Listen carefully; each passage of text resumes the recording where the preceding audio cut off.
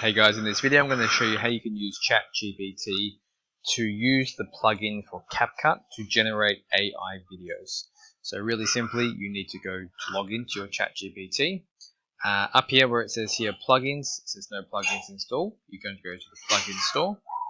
From here where it says all, you're going to type in CapCut, click install. Now once that's been installed, obviously you can see here it's been selected.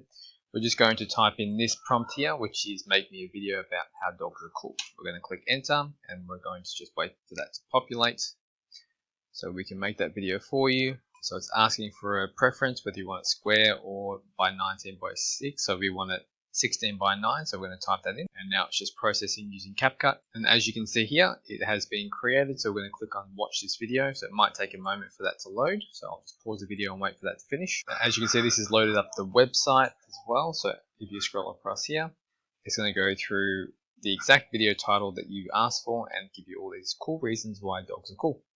And obviously you can adjust this, change this. It's also got an AI voice to it, so you can adjust it as you need to. That is all. If you found this helpful, make sure you like and subscribe.